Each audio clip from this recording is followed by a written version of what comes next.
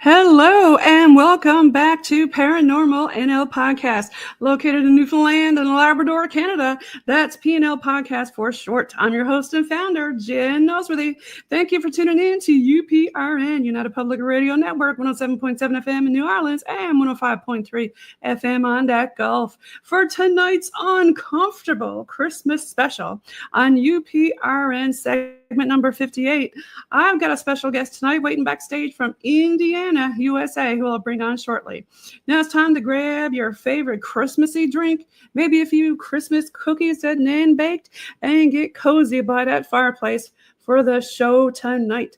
Paranormal NL Podcast is sponsored by the Bog Team. It's a boots-on-the-ground Bog Team doing historical paranormal investigations in Newfoundland, Canada. Follow PNL Podcast and the Bog Team on their link tree at Paranormal NL Podcast. Smash those subscribe buttons. Tune in every Tuesday at 5 p.m. Eastern on UPRN for PNL Podcast for the YouTube and Facebook live chat watch party. PNL Podcast believes in supporting international paranormal networking and highlighting global paranormal people, places, and things. Now, let's get on with the show tonight. I hope I can pronounce his last name right. Here we go. All the way from Indiana, we've got Erick Szilagyi. I hope I pronounced that right, Erick. Let me pull you up on the stage there, bro. There he is, Erick. Welcome. Thank you for being on the show tonight. Oh, tell me, welcome. Yeah, pronounce your name properly for me, please. Szilagyi. There, everybody say that. Szilagyi. Right, good job, guys. Erick, listen, tell me a little bit about yourself. I know you're with the Uncomfortable Podcast. You've been doing it now for several seasons. Tell me a little bit about yourself and what got you into it. Life got me into it. It's been 4 years, probably a little over 4 years now that I've actually been doing the show. 4 years. Yep. And, I don't know what, 212 episodes, I think, maybe 320 hours worth of content. My shows go anywhere from, very few one-offs that are only about a half hour, 40 minutes to like an average. It runs probably closer to 90 minutes. I've had some that run 2.5 hours. I had one recently back in May with Jeff Meldrum, who passed away here suddenly. Yes, and Jane just passed away not too long ago. This is a pre-recorded show, so yeah, we lost another, big heavy hitter. And his episode went almost 3 hours. So wow. It's just kind of all over the place. And, I grew up with a really healthy fascination with high strangeness, I guess, to encompass it all. I was obsessed with UFOs when I was 5 years old. And I can pinpoint that because I know in 1970, when I was 5, a movie came out at the theaters here in America. I don't know if it did there. Chariots of the Gods. And it was a pseudo documentary. I love that. I've got that book. Yes. Yep. Book by Eric Van Daniken. Yeah. Tell folks listening about Eric Van Daniken, Eric, for people who don't know who he is. He's just been a prolific writer about, he's very closely associated with Ancient Aliens, the program on television. They bring him up an awful lot. And he's just got some unique views on the origins of humanity and its relation to extraterrestrials. So I was obsessed with UFOs at the age of 5. 1977 rolls around. That puts me at 12. And I see a photograph of Patty, the Patterson-Gimlin film, still in a book that we had at our grade school. That was half the book was about Bigfoot and the back half of the book was about the Loch Ness Monster. And that was the first time I saw the photo of it. And then shortly after that, on In Search Of, the television program. I got to see the 56 seconds of film footage that Bob Gimlin and Roger Patterson took of Patty actually walking across Bluff Creek. And I mean, at that point, I was hooked. About that, like when you were talking to Jeff, you said you were talking to him for about like 2 hours. Did you all get into that? Almost 3 hours. Yeah. Did he get into that? He was associated with a couple of other gentlemen. I can't, right off the top of my head, I can't remember their names. But most recently, in about the last 3 years, I would say, he was involved with two other gentlemen who one of them was a special effects makeup artist, and then Jeff, he was a part of it, and then there was another gentleman who had together, the three of them had collected I believe 26 roughly different copies of the Patterson Gimlin film. 26. Wow.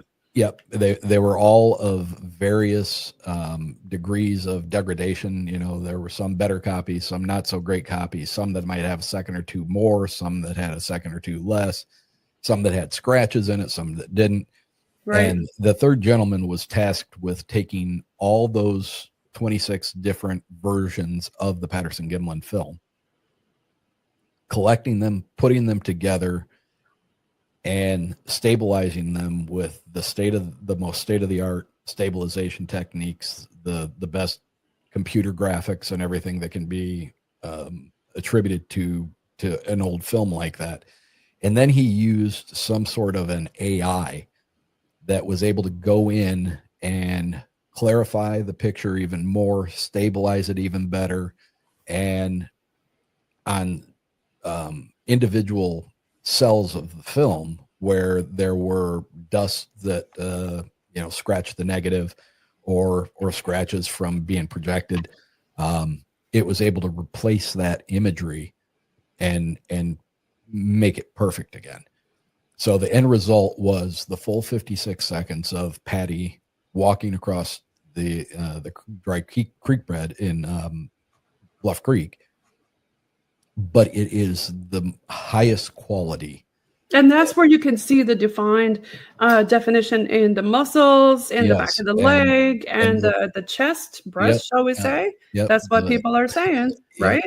And it's always been a standing thing. I mean, my kids grew up with me. My son and my daughter grew up with me, involved in, all this stuff. And both of them are believers to some varying degrees. My son has always been a believer in Bigfoot, but he's like, the biggest problem for him was with that particular was you never see the toes or the foot really bend as good as that supposed costume is. You never really saw the flexation in the toes or the foot. In the new film, you do. Now, my question is, you mentioned AI. Do you think that they added that with I had conversations with Jeff and the third guy, and I can't remember his name, about You'll remember it later tonight in bed. I will. About it. And the use of AI was used only in that it was used for repair. So there was nothing added to any of the footage. There was nothing added to anything that it put in the film was something that they would have seen in the previous film strips. So, a movie is made of, a bunch of little cells that just they change slightly with each one. And then if you play it at the right speed, it gives you the appearance of motion, right? I mean, we could do a whole show on AI and how, people could be so confused at what they're looking at, like this Atlas thing, I think they both adequately answered the question for me that nothing had been added that wasn't supposed to be there. Okay. Yeah. Now, he had a lot of footprints and stuff. Did he show you some of those while he was talking to you?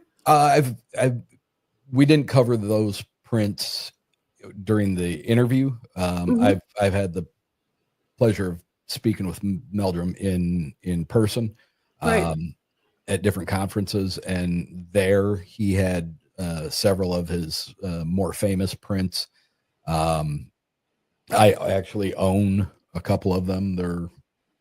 Really? This one right here behind me is Okay, hold on. Let me actually take this Patty. off the stage so we can see it. Where? Point at it?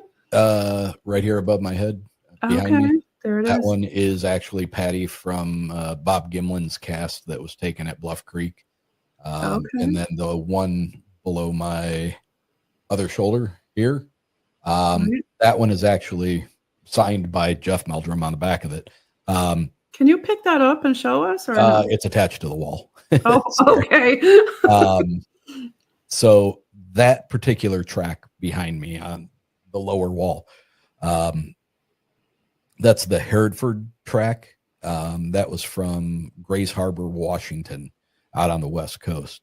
1981, I believe, Sheriff Hereford was the one that found the tracks, led people to it, and consequently, I forget the number of different prints that they had, but there were a significant number of tracks, and they were actually able to cast multiple casts of the same. It's the same individual. I actually own a left and right foot cast Of that individual. individual, and they were able to track that individual. It was well over a mile.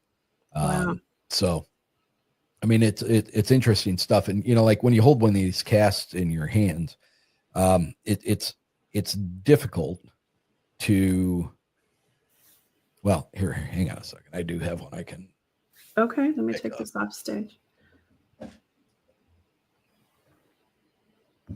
So this is actually the other individual.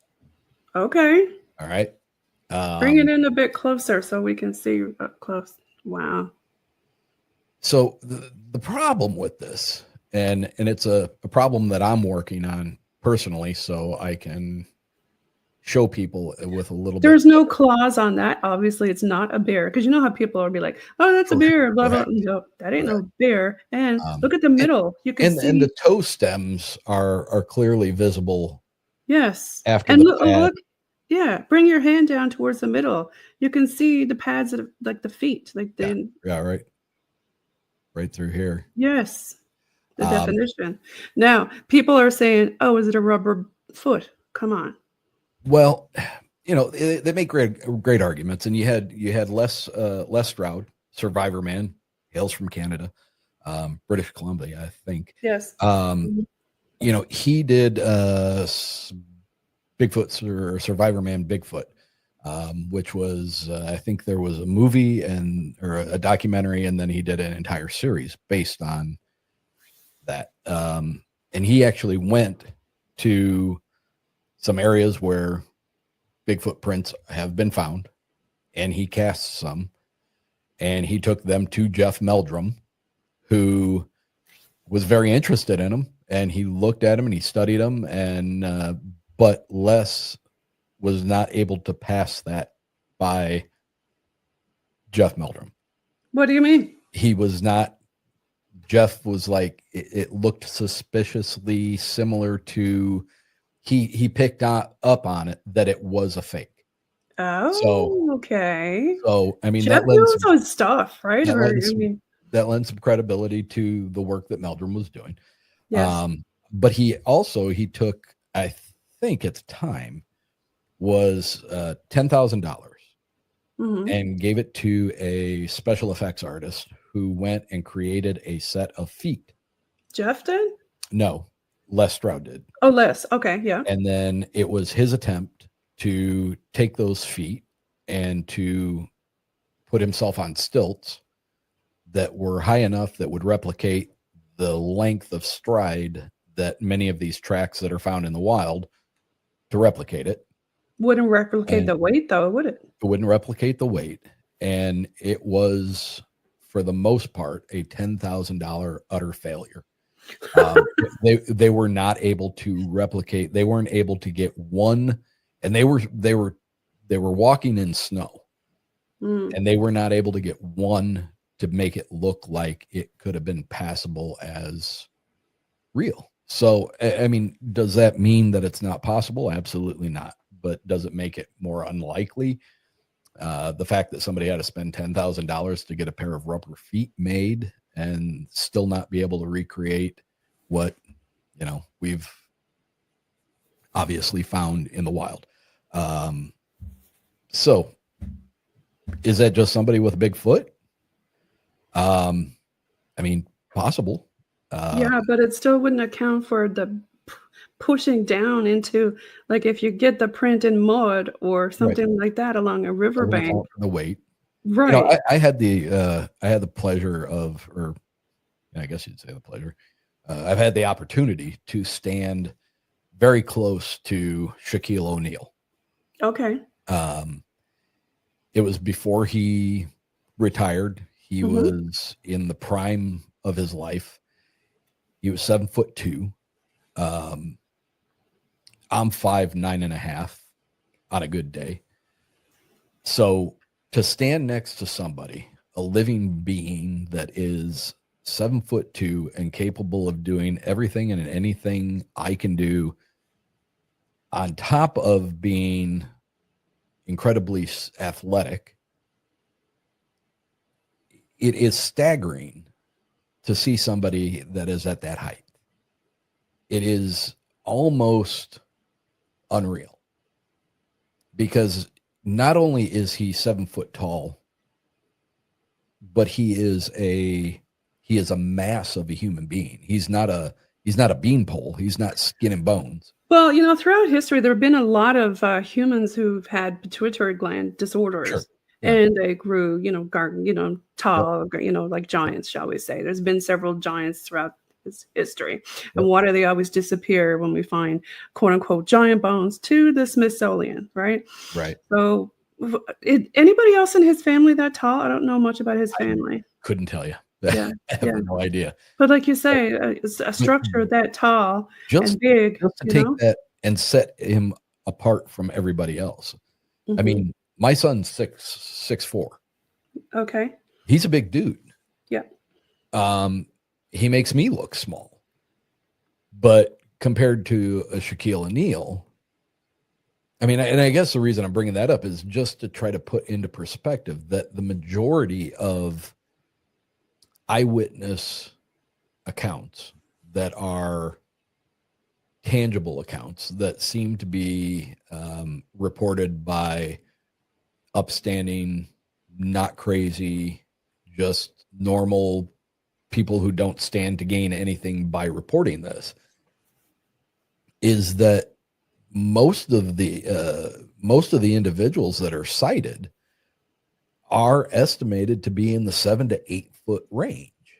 Tall, very tall. And just, you can go to a zoo and see a gorilla that is. Yeah, I've seen lots of silverbacks, and they don't, even when they stand up, they're not that tall. I mean, if they stretch their arms out or something, maybe, but sure. But yeah, even at 5 foot tall, but the amount of mass that they carry on that skeleton, right, is significantly larger than what a normal human being is, and they're incredibly strong. Yeah, they can rip you apart.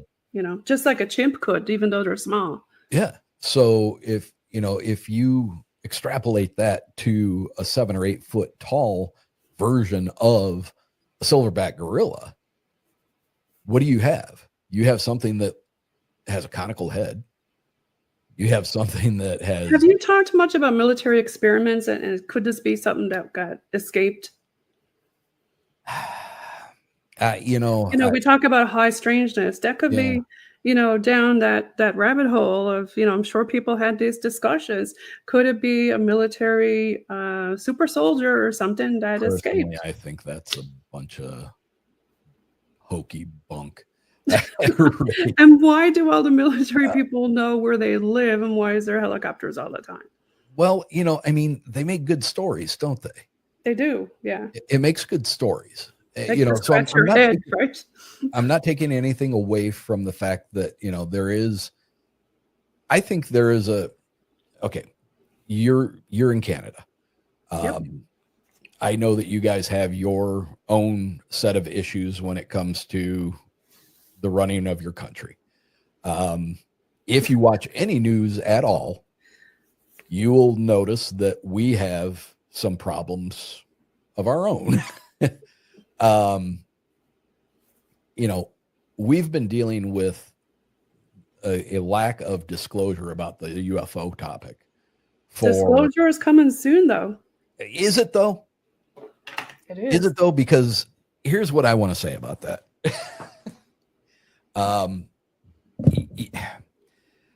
And I may come off sounding very opinionated. No, go for it. I think that's having been alive for 60 years and having bought into a lot of things for a lot of years. And then all of a sudden there's kind of a wake up moment here and there where you're like, that doesn't make a lot of sense.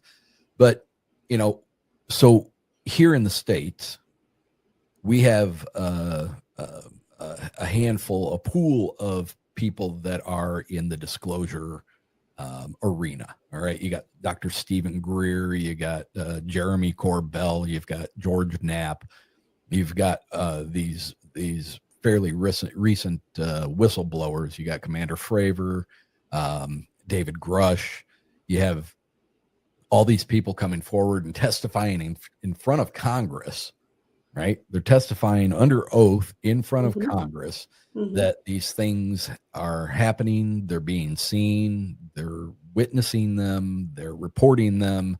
They're getting nowhere with it.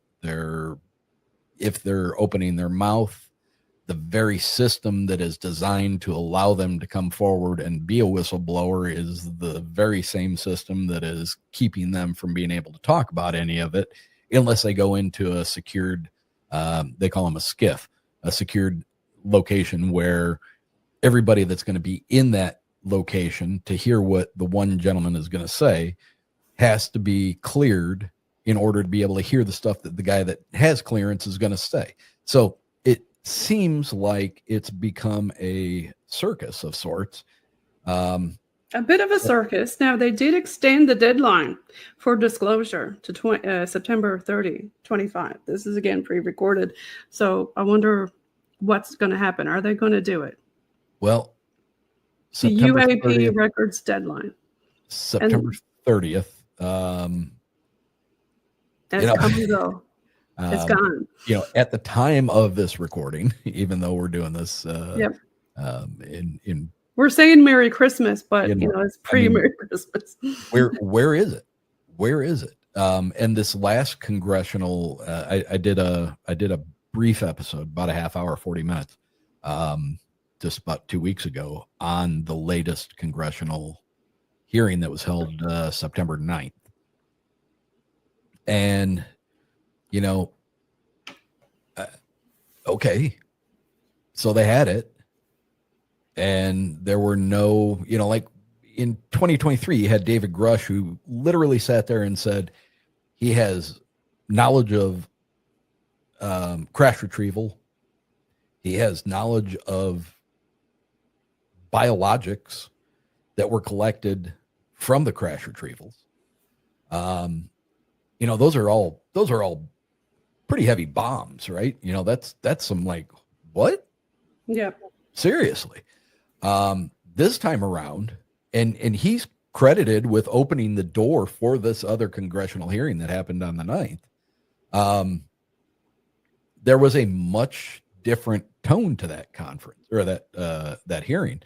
And it was, they had a lawyer there who was there, one of the speakers, one of the whistleblowers, I guess you'd say, and his job, his point of talking was that we have to provide better protections for the people that want to come forward to tell their stories. So that in itself is kind of not exciting, right? Nobody we wants to hear talk about the deep undergrounds of what happens to people who are whistleblowers. Do they really have an quote unquote accident? And when Muamua came around last time, didn't we have another government shutdown at that point? And now Atlas is coming, and we're having another government shutdown. Not certain. It might have been. What, are they doing some sort of look over here while they're doing this over there? Well, they're absolutely doing look over here. Whether it's got anything to do with some giant asteroid flying through space, coming to take us out or bypass us and hit Mars, or whatever the newest story is. I mean, there's obviously look over here because we don't want you to see this. And I have some strong opinions on what they're not wanting us to look at right now. So if all you have to do is really listen to some US news, and you probably know what they're talking about. But I don't know if you've ever seen the program Wag the Dog, where they talk about how media changes things, and they had AI, movies had AI. Were they using that to the public? Are they using it now?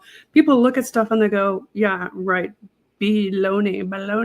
Well, if you want to know the truth of the matter, all you have to do is do a little bit of simple research on your own time on the internet, and you need to find out who owns the media companies in the world.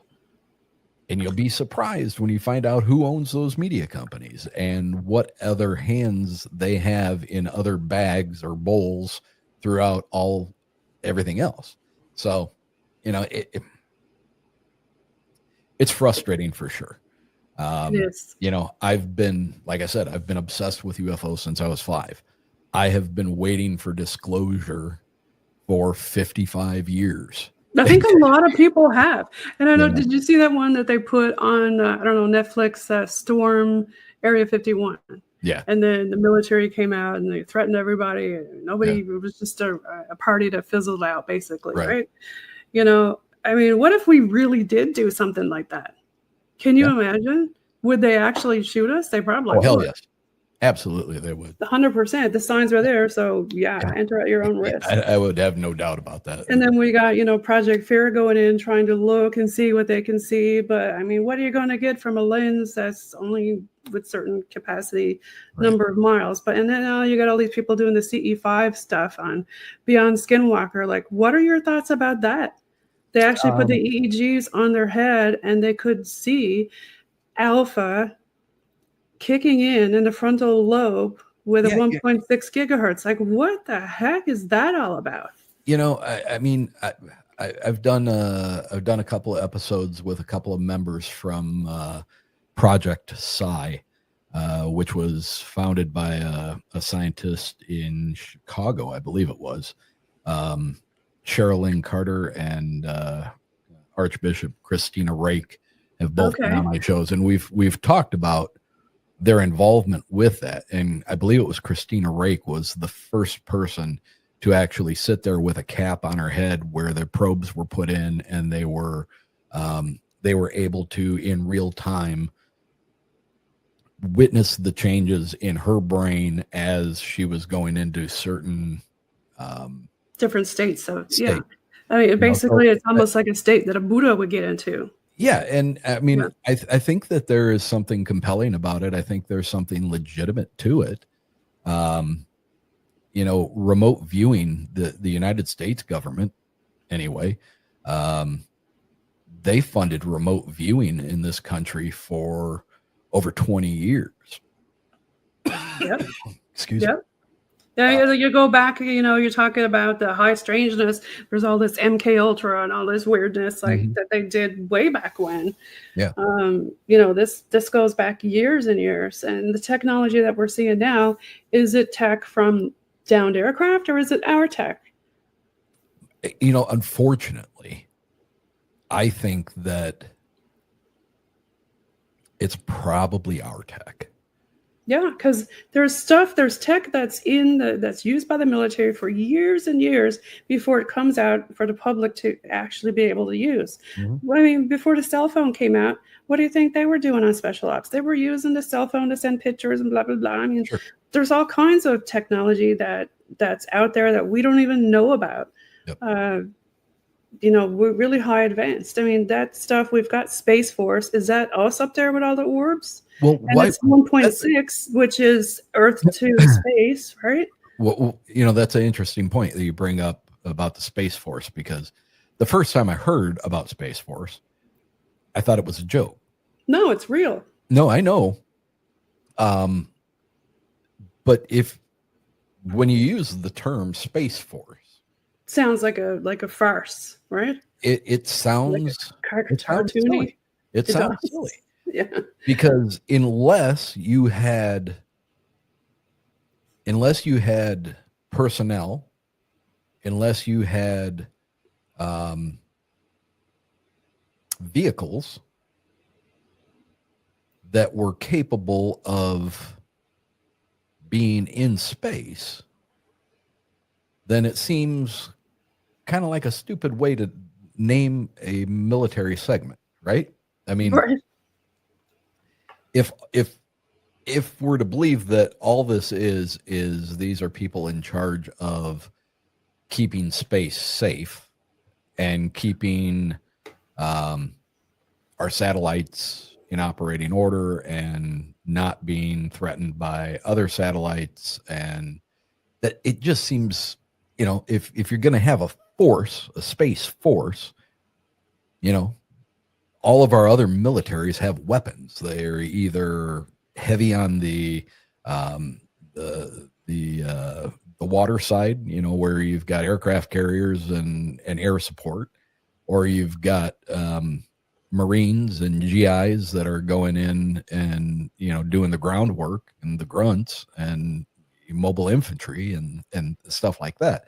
So when you use the term Space Force with me, that makes me think that there's got to be something that well, let's think about this. Look at our climate. The climate change is shit, okay?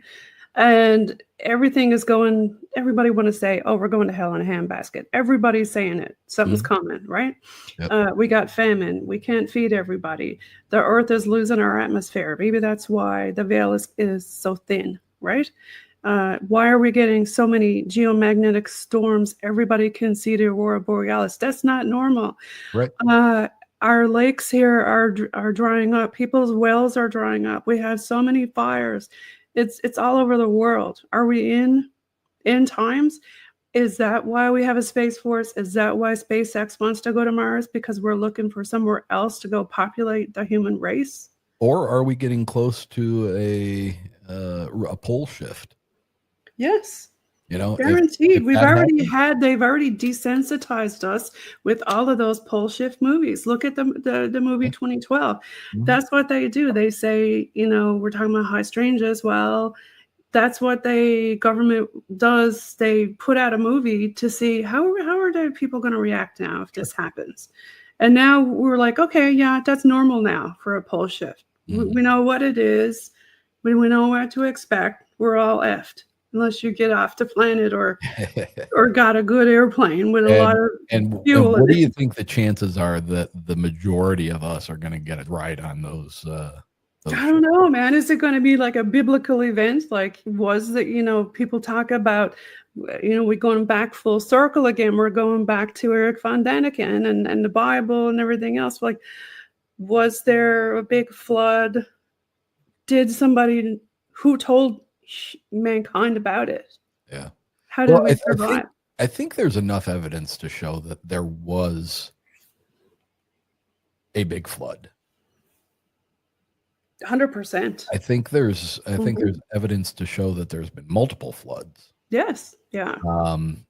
And I think that the world is cyclical, right? We've had the dinosaurs. And I think there's enough evidence for myself to entertain the fact that there have been multiple resets of humanity all along.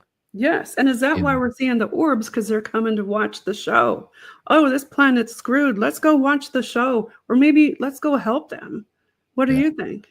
Boy, my opinions on that have changed so much over the years. I'm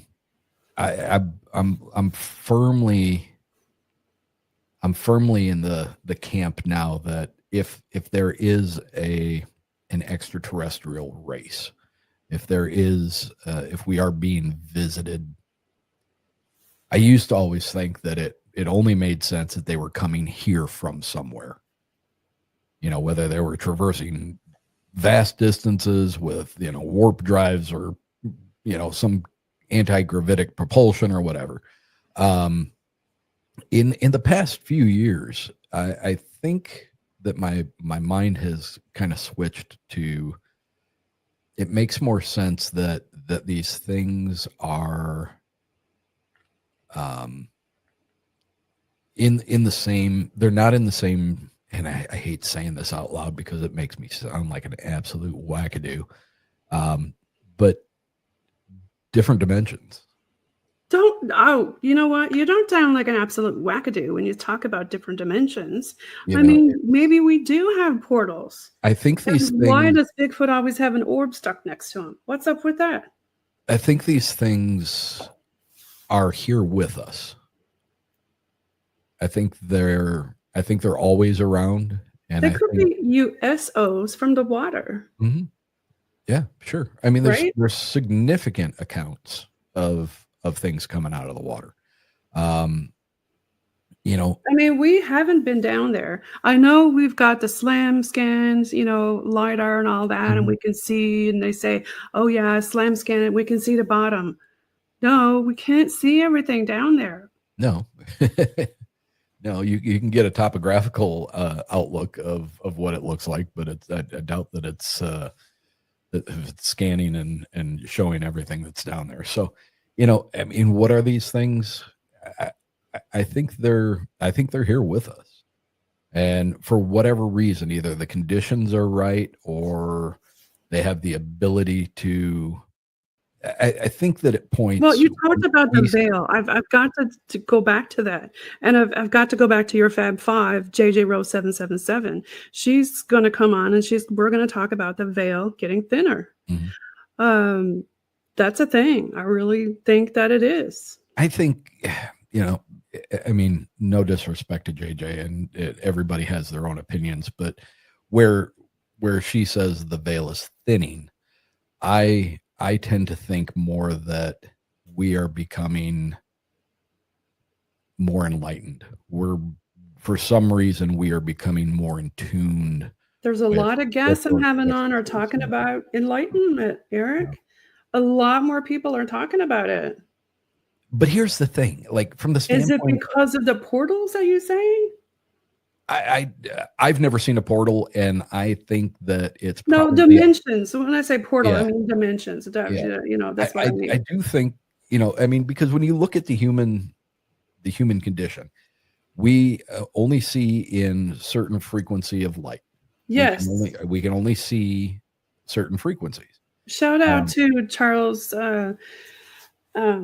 Chucky Danger, Charles Stevens. He talks a lot about the different frequencies and the different spectrums of light. We mm-hmm. can only see, just like you said, look at this tree. There's only a couple of spectrums that humans can see, right? Yeah. So there's so many other, like bugs can see, cats, we don't have this stuff behind our eyes. We don't have eye shine. We don't have that ability. But Can you imagine if we could see like a bug?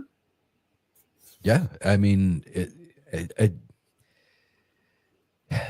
hearing's the same way. We can only hear certain tones, so there are elephants use infrasound in their feet to talk to each other through the ground.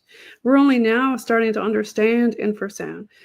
Birds, they use the electrical impulses and stuff like that for migration. Can you imagine if we could do all of that stuff? Right. And unlock what's in our frontal lobe of our brain. Right. Are we unlocking it? Is that why we're seeing it tracked on those people who seem to be able to access those dimensions? I don't know. I guess that depends on, do you use fluoride when you brush your teeth? Is your pineal gland do you want to talk about that for the people who don't understand what that means and why am I laughing? Well,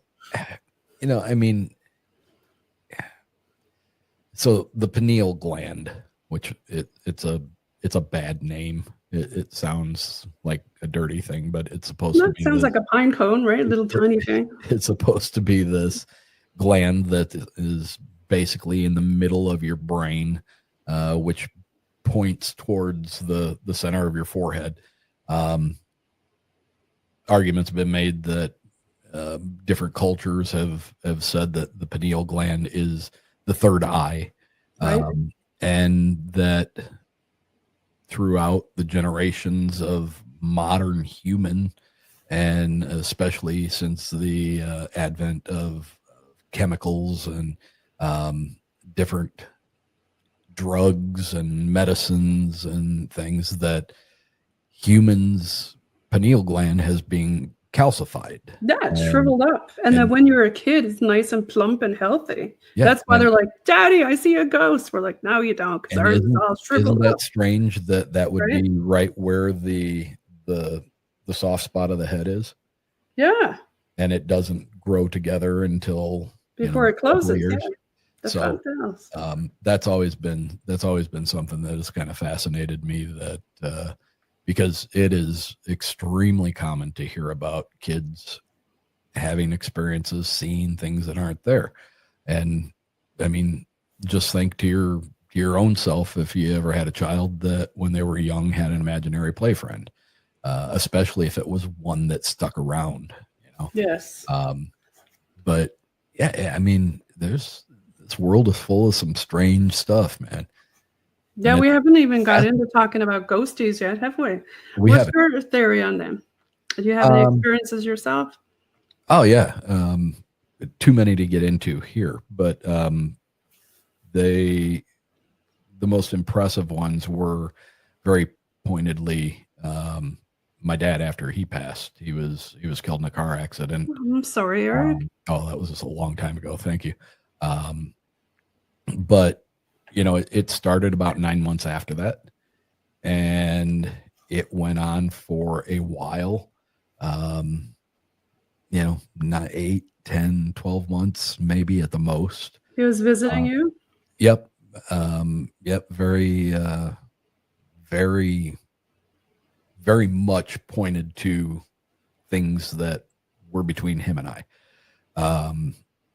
And it was never scary. It was never, oh my God, what was that?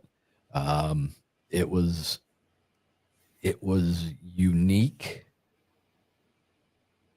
I think is the best way to put it, because it was a very personal thing. But what I found to be odd about it was when it stopped cold. Okay. Not another experience. And how long did you say it happened for? It was in the neighborhood of 9 to 12 months, somewhere in there. And at the 9 to 12 month mark, was that when your heart kind of was healed? Was that why it disappeared? I don't know that.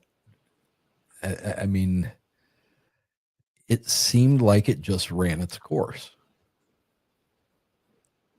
That's my gut feeling on it. Now, what does that mean? I have no idea. Does that mean that they only have a certain amount of time that they come back? Is there a certain amount of time that it took for him to realize that I was going to be okay, and he was able to move on? I don't know. And quite honestly, for some people, and this is kind of why I got out of doing the ghost investigations and stuff like that. I do agree with some of the investigators who say that there's some things you shouldn't dabble with, and I agree with that. And I've never dabbled with that, and I refuse to entertain the idea of dabbling with that.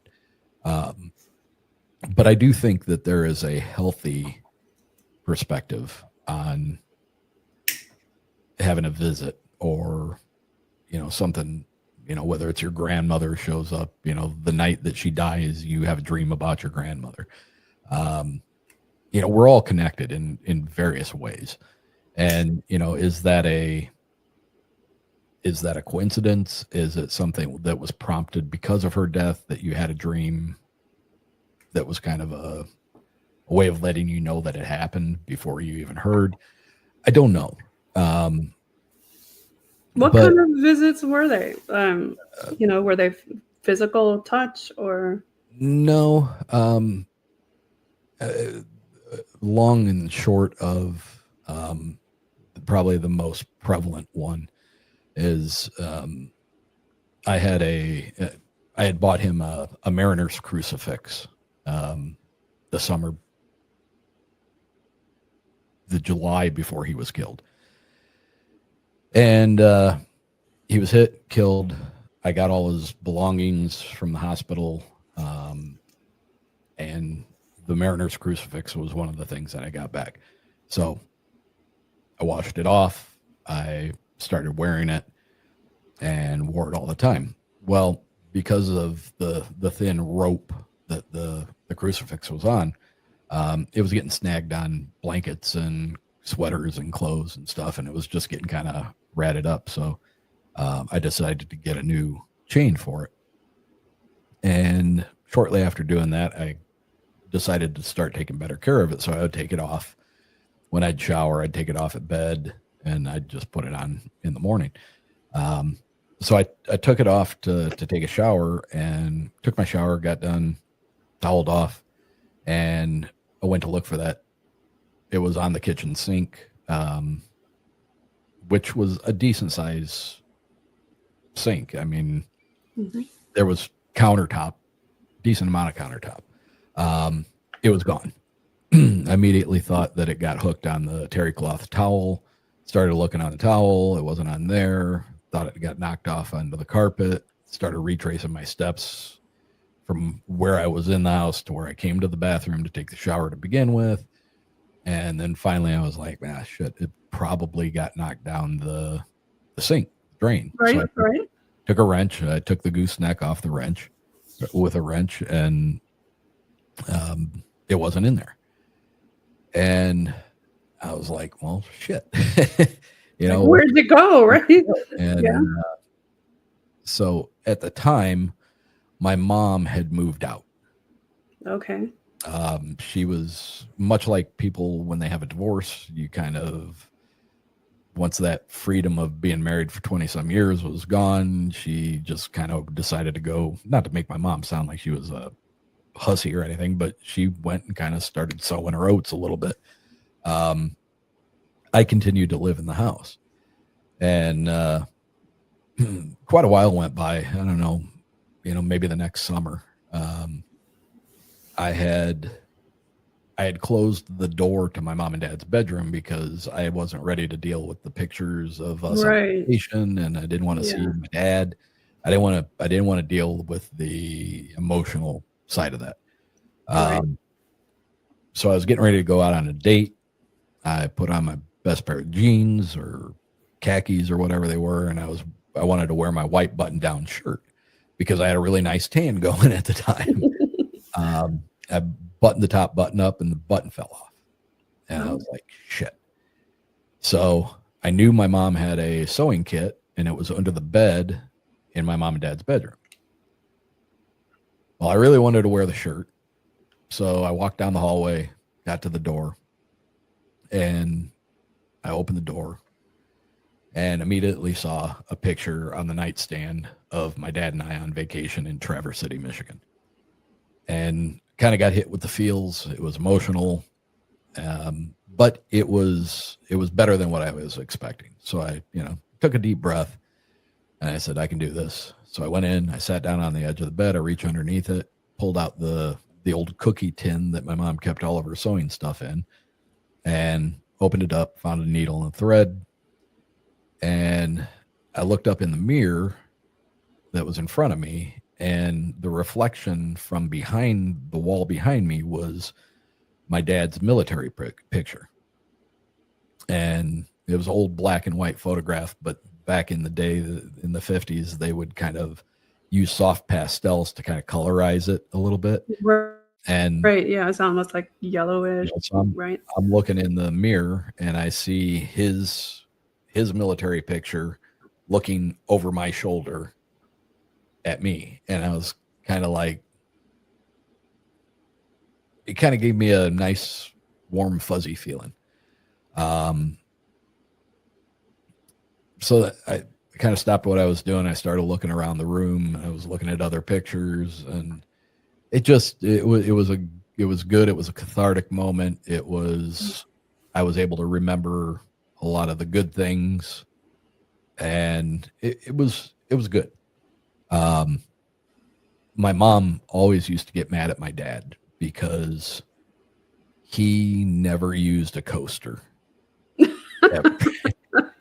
And a lot of times he would go coffee stains everywhere. A lot of times he'd go to bed with a glass of ice water, or he'd have a leftover some Coke in a glass and ice in it. And then he would leave it on this end table. And she was always constantly bitching about him leaving a white ring on that coffee table. So all that to say, I sew the button back on, and I put everything back in the sewing kit and was getting ready to put it back underneath the bed. And I looked over at that end table, that bedside table that had the picture of me and my dad on vacation in Traverse City. And on the top of it, to the left of the picture, was a white ring. And in that white ring, it was wet. Oh. And sitting in that partial ring was the Mariner's crucifix and the chain. What? Yeah. And it was wet. Yeah. It was wet, like a sweaty glass had been sitting there.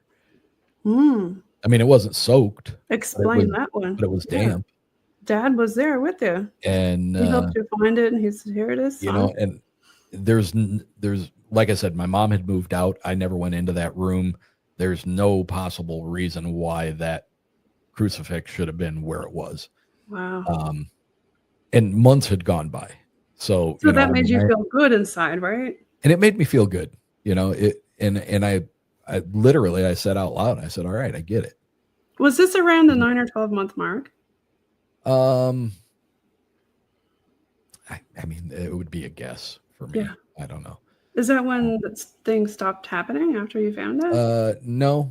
Okay. There were, at the time I was dating a woman who I was going to end up marrying. At the time I was a bouncer in a bar. She decided to stay home instead of coming down to the bar. I called her up and I said, hey, are you going to come down tonight or not? And she said, no, I'm just sitting here listening to the symphony playing in the kitchen. And I was like, what are you talking about? And it was literally, she said it sounded like the shelves in the kitchen, every pot and pan had been either the shelves broke or somebody just pushed all the pots and pans. And then she went in the kitchen and she opened up the cupboards, and everything was stacked nice and neat and nothing had been moved. But she said it sounded like all of the pots and pans had just gotten pushed off the table. Another time I had, we were having an argument, and she was complaining about how I did laundry. Okay. And, you know, I mean, I'm a guy, I'm 20 some years old, and I'm like not a pro at doing laundry, but I knew how to put stuff in a washer and take it out. Right. Yeah. So I went downstairs to take laundry. She was going to take a shower. I took stuff down to the basement to do the laundry. Right. The phone rang. So the phone rings. I come upstairs and it's my mom. So I sat and talked to my mom for about 5 minutes or whatever it was. Went back downstairs to separate the laundry, and it's like a ranch style house. So it had a long wall down the middle of the basement. One side was finished, one side was utility. And every piece of clothing had been pulled out of that basket, and half of it was strewn across the finished side of the basement, and half of it was strewn against the utility side. And what? I immediately got pissed. I stormed back upstairs and I pounded on the bathroom door and I opened it, and then I started, you know, why the hell you got to keep doing this? I mean, Jesus Christ, it's just laundry. Why has it got to be such an issue for you? And blah, blah, blah, blah, blah, going on and on. And she pulls back the curtain and she looks out the shower and she's like, I've been taking a shower. What are you talking about? And I was like, oh, whoops. Shit. You're like, whoops. And she did. She had told me she was going to take a shower. So when the phone rang and I went up to talk to my mom, she was already in the shower. I could hear it running. Right. So we didn't have any dogs. We didn't have any cats. We didn't have, it's a brick house. It's not like we had critters coming in and. Yeah, I was going to ask about that. Was something in the basket or? There was absolutely no reason for it. Okay. Weird. Another thing quickly was, your dad was looking for a shirt or something? I don't know, either that or just wanting to be noticed. No, maybe. Yeah. At the same time, before she started living with me here, at a neighborhood friend who was having some problems with his mom. She was kind of starting getting early dementia. Oh. And he says, man, I can't keep living here. He's like, can I come stay at your place for a while? And I said, yeah, I mean, I don't know how long, but yeah, you can. I mean, we got plenty of room. So he moved in. I was still working at the bar. I got up on a Sunday morning, and I had to go to Grand Rapids, Michigan, because the bar that I worked at required us to take it was a techniques and alcohol management course. Oh. It was called TAM, and I had to go up there and I had to do hours of classroom stuff, and then came back home and he was gone. He moved out. He never said anything. He just packed his crap and he moved out. Huh. I went and talked to his mom, and he wasn't living there either. So where'd he go? Eventually, we have the conversation because I came home one night from the bar. We're at the 57-minute mark. All right. I come home from the bar and he's sitting in the couch, and he has my gun pulled out from underneath the couch, and it's sitting on the arm of the couch. Ew. And I said, hey, what the hell's going on here? I'm like, you hang out with some stupid people. I said, I was making assumptions that he was, people were coming to my house now looking for him, or he was, selling pot or whatever it was. Uh-oh. And he says, he's like, and every light in the house was on. Every light. When I pulled up, he was scared. And he said, around midnight, I heard you come home. You walked in the kitchen. I said, hey man, you're home early tonight. And he didn't answer me. And he says, I looked over to the corner where the kitchen meets the living room. And he said, I saw a dark figure, smoky, that walked out of the kitchen, walked down the hallway, and walked right through the door of your mom and dad's bedroom. That's your dad. He was looking out for you. He was a stranger in the house. And that was it. That's all he could take. He moved out that next day, and he literally went and moved into a summer cottage that his mom still had no insulation or anything. It was literally a summer cottage. So he had a hard time. And he lived there during the winter because he couldn't deal with it. So. Wow. That's a story. We'll have to have another episode with you on and talk about that. I've got to give a shout out to all your Fab-5. Do you want to start doing some shout outs on where people can find you? And it's Uncomfortable Podcast. You can find me anywhere you can get podcasts. It's lowercase u with an uppercase N and the word comfortable. I'm Spotify, Apple, iHeart. Good Lord. I mean, it's just an endless list. Anywhere you listen to podcasts, you can find Uncomfortable. And I'll put up your link tree in a bit. Do you want to give a shout out to your crew? As far as my crew, you mean the fantastic Fab-5? Oh, we gotta give a shout out to Kat Ward on UPRN. Tim is also Sudano on UPRN. Tommy Cullum, Let's Get Freaky. Kat is with the Paranormal Heart, and Tim is with Paranormal Insight. And we got JJRose777 and yourself. How did you all come about?